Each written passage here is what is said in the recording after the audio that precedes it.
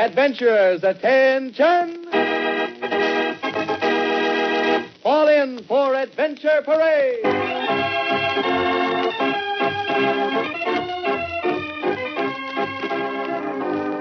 The Mutual Broadcasting System cordially invites all adventurers from 6 to 60 to join in its parade of the world's most famous stories. Stories of action, mystery, and adventure. And here is your host and storyteller, the leader of Adventure Parade, Roger Elliott. Thank you, George Hogan, and hello, adventurers. This week, we're going to try something new on Adventure Parade. Instead of telling a story in 5 chapters, I'm going to tell you 5 individual stories by the same author, the late Ernest Thompson Seton, one of the founders of the Boy Scouts of America. As many of you know, this is Boy Scout Week, and Adventure Parade takes this way of observing the 37th birthday of the Boy Scouts of America. Wasn't Ernest Thompson Seton an officer in the Boy Scout organization, Roger? Yes, he was chief scout for the first 5 years, George. And as a matter of fact, he wrote the first Boy Scout manual. And I might add that even while he was helping the Boy Scout movement get started, Mr. Seton was writing some of the wonderful adventure tales you're going to hear this week, which are true, you know, actual things that he observed and recorded as a naturalist. Well, they say truth is stranger than fiction. That's right, George, and I think our adventurers will agree when they hear today's story by Ernest Thompson Seton. It's the story of a horse, and the title is Coley Bay, Outlaw.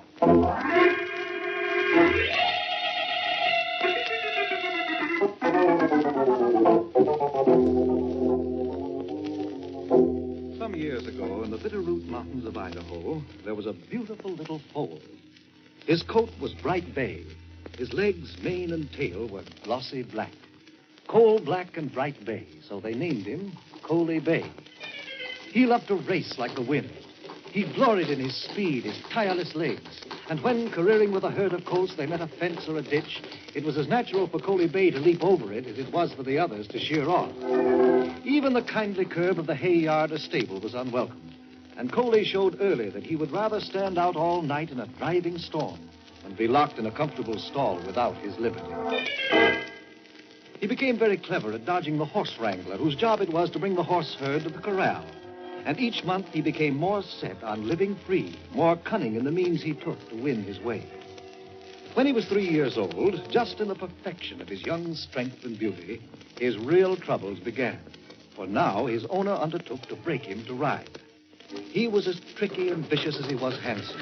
He snorted and dodged and screamed defiance in the terrible battle. But his owner was skillful. He knew how to apply his power so that all the wild plunging, bucking, rearing, and rolling of the wild one had no result. With all his strength, the young horse was mastered so that a good rider could use him. But each time the saddle went on, he made a new fight and screamed new defiance.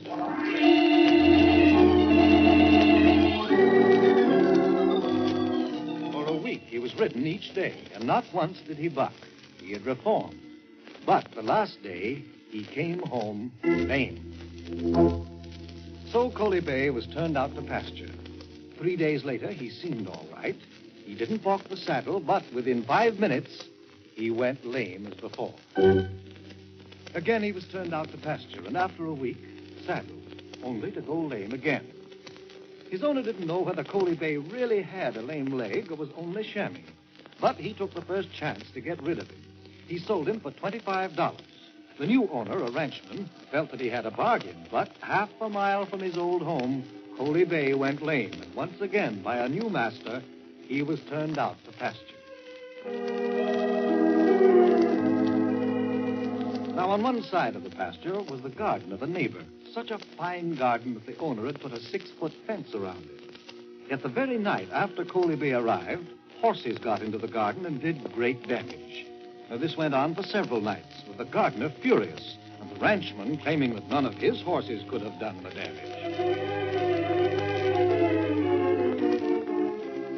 Meanwhile, Coley Bay's lameness seemed worse instead of better. Then the ranchman's son saw him walking all right, so he caught him and tried to ride him. At the touch of the saddle, all his old wickedness returned to Coley Bay. He screamed defiance and threw the boy off at once. The ranchman leaped into the saddle, and Coley Bay ran backwards for 10 minutes, snorting wildly, and tried to scrape the man off against a post. He reared then and threw his rider, falling backwards himself. But before he could get up, the rancher was in the saddle again. He ran away, plunging and bucking, and then stopped short so that the rancher was flung forward. Coley Bay turned his head and seized the man's foot in his teeth, while the rider beat him off, frantically. There was no question now. It was clear that Coley Bay was an outlaw, an incurably vicious horse. The saddle was jerked off, and he was driven limping into the pasture.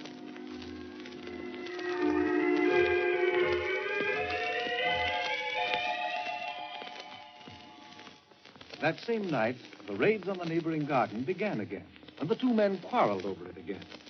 To prove the innocence of his horses, the ranchman asked that the gardener sit up with him and watch. That night, as the moon shone brightly, they saw not all the horses, but Coley Bay alone, walking straight up to the fence, leap over it, and proceed to gobble the finest things he could find. There was no trace of the limp about Coley Bay now. He walked leisurely about among the fine vegetables, choosing the best.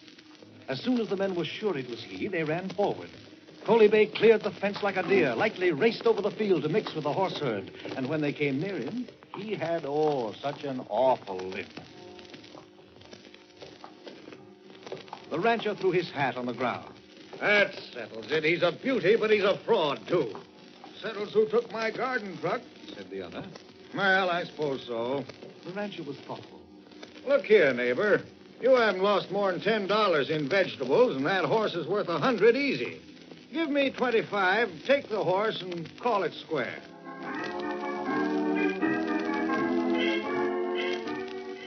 And thus the thing was settled. The rancher, being a horse trader, said nothing about Coley Bay being vicious as well as cunning. But the gardener soon found out the very first time he tried to ride him that the horse was as bad as he was beautiful.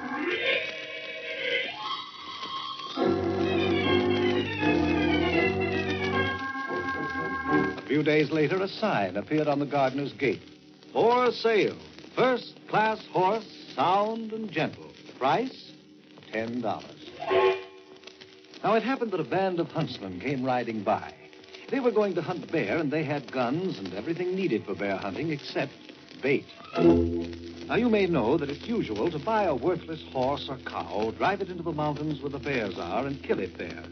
So, seeing the sign, the hunters called to the gardener. Haven't you got a cheaper horse? Look at him. The gardener pointed at Coley Bay. You won't find a cheaper horse for the money in 1,000 miles. We'll give you $5. The bear hunter offered, and the deal was closed.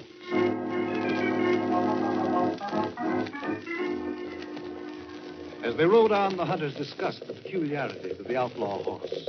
Coley Bay, as though to emphasize their conversation, limped dreadfully on the trail. Once he tried to go back, but he was easily turned by the man behind him. His limp grew worse until it was really painful to see him. That limp ain't no fake. The head guide remarked. I know horses, and that one's got some deep-seated trouble.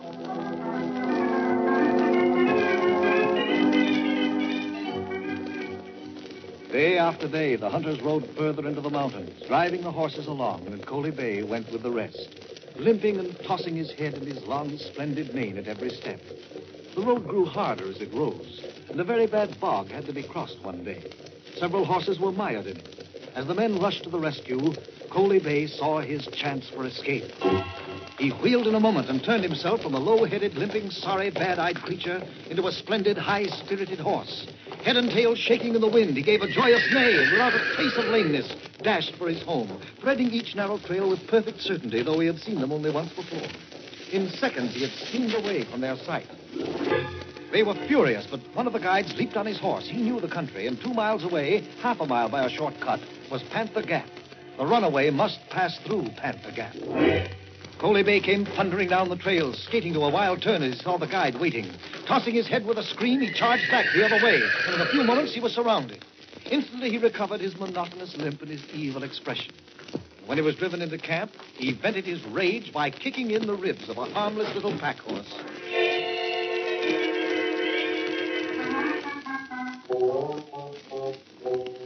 They had reached bear country now, and Coley Bay himself had settled his fate by being caught by a trick.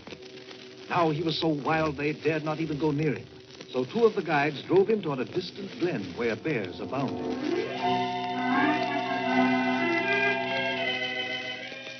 Down the long trail to the west they drove him. There was no chance for him to turn aside. He must go on. The men behind him made sure of that. Farther away from his old home on the Bitterroot River he had gone each time he journeyed. Now he had passed the high divide that leads to the Valley of Bears and on to Salmon River. And he limped sadly now as though he knew.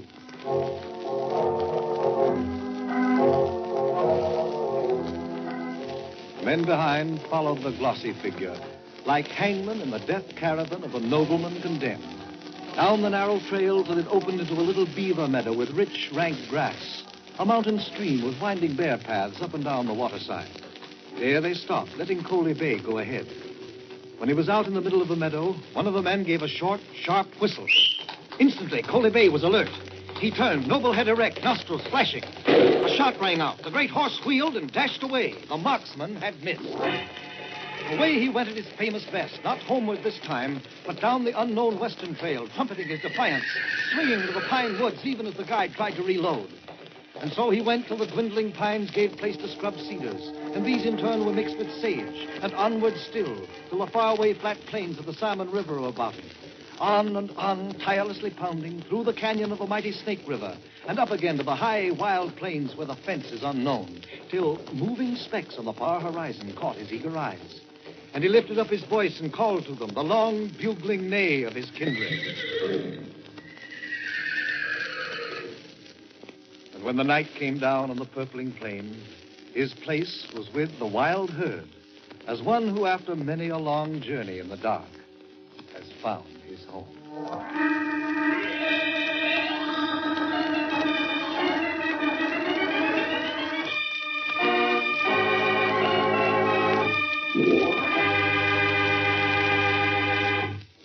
So ends our first story by Ernest Thompson Seton, the story of Coley Bay Outlaw. And you say that was a true story, Roger? Oh, yes. Mr. Seton was himself a member of the party of bear hunters, which bought Coley Bay for $10 for bait. Oh, but now I see our time's up, so until tomorrow, so long. So long, Roger. We'll all be listening tomorrow, same time, same station, for another true story by Ernest Thompson Seton on Mutual's Adventure Parade.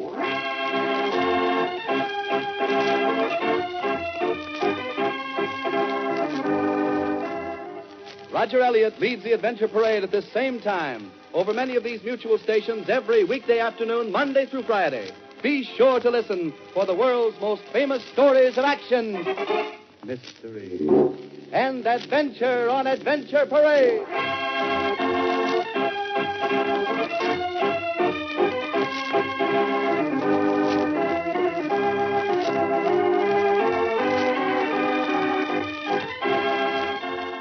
Roger Elliott is also your host at the House of Mystery, heard on most of these Mutual stations each Sunday afternoon.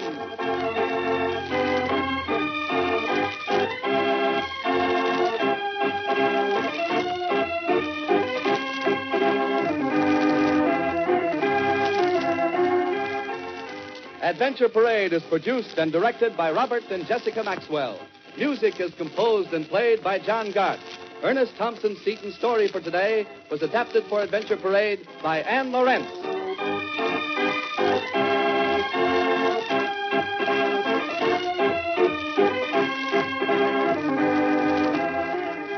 This is the Mutual Broadcasting System.